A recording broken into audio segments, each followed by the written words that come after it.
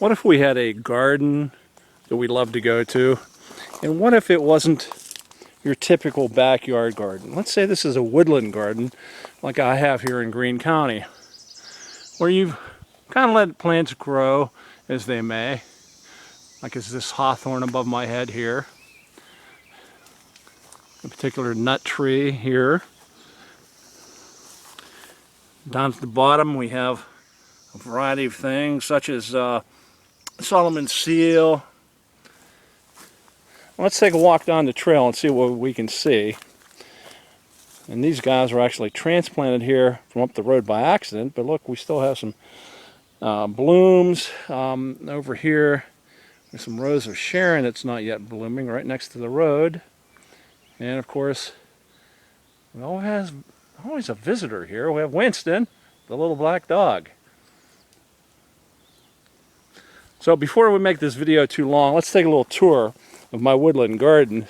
As I said, you know, perhaps you're the sort like me who you can't plant things, you don't have a green thumb, so you kind of let Mother Nature do it for yourself. I have trails that I've established here in Greene County on my property, and I have a variety here of different plants, honeysuckle of a different variety there that I don't know exactly what that is. You see here on the right we have mayapple, which is poisonous, but when the fruit grows ripe, see it under there, it is edible, very tasty. It's one of my father's favorites when he was a boy. And as we get down through, you know, we have to watch out for plants such as this. You might think that's poison ivy. It's not. This is Virginia creeper. But Virginia creeper on your tree can't be all that good of a thing. It can choke it and whatnot and make it die, as I think it's kind of done to this tree here, which is, well, it could be a black locust, so that's all right. So I'm not all that upset with that. So we move on here along my trails. We get down here to the area where I do have a lot of mayapple and a variety of other plants. And I hope I'm not going too fast for you here, but I try to make this video not too long.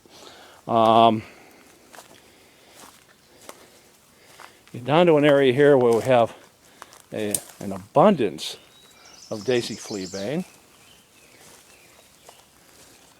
And no matter where you are in the woods, you've got to watch out for all sorts of things.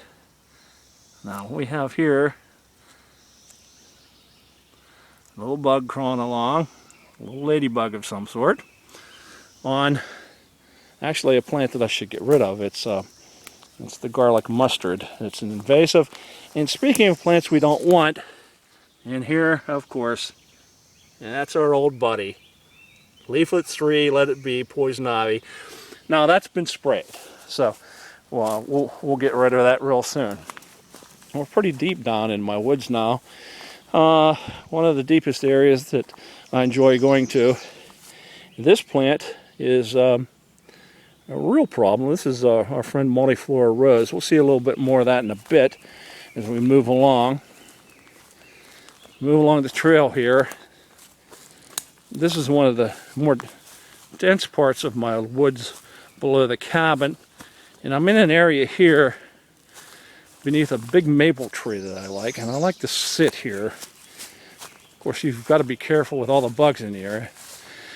Now, this is a big maple tree that I saved, actually. Why do I say saved? Because this big maple, when I got here, was covered with grapevines. And of course, the grapevines absolutely will choke that to death. And we get back over here, we've got some more of a variety of honeysuckle. And come on up, let's go up here to take a look at something that's going to give me a tasty treat later on. This, of course, is a variety of raspberry. So we're going to get some raspberries real soon, I hope. I'll go back over here and take a look at some of the honeysuckle in bloom here. So come on, let's walk back up this way. One of my favorite trees. Hope you're still with me. I know we're bearing on 5 minutes here. Now, you might say, geez, Pete, this is poison ivy, isn't it? No, it's not. Look, there's 5 leaves. This is a tree related to the maple called box elder. One of my little favorites here. You can actually get a little bit of maple syrup out of this. It's a little tougher to get than sugar maple. This is our multiflora rose in bloom. I'm not sure how well this is coming out for you, but I think that you'll probably enjoy that.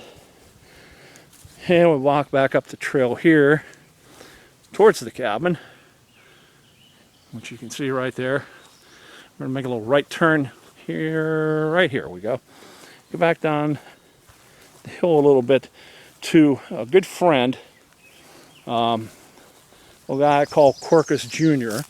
And this is a pin oak that I've kind of transplanted here. I don't know how well you can see this guy, but there he is. Transplanted him here so that he will grow. Headed back towards the maple tree, and ahead of us there are plenty of blossoms. Hope we're going to get a lot in terms of oh, there's a bee, a busy bee. I hope we get a lot in terms of the raspberries later. Oh, look, and here's something from my Greek family that you'll like. I'll be darned, it's a grape leaf. Tomates, opa! I like it. Okay, I do have some wild grape leaves here. And come back down to this area. I love that we have some ferns in this area too, just growing here. I do have another bit of poison ivy here somewhere that I discovered that I will rediscover.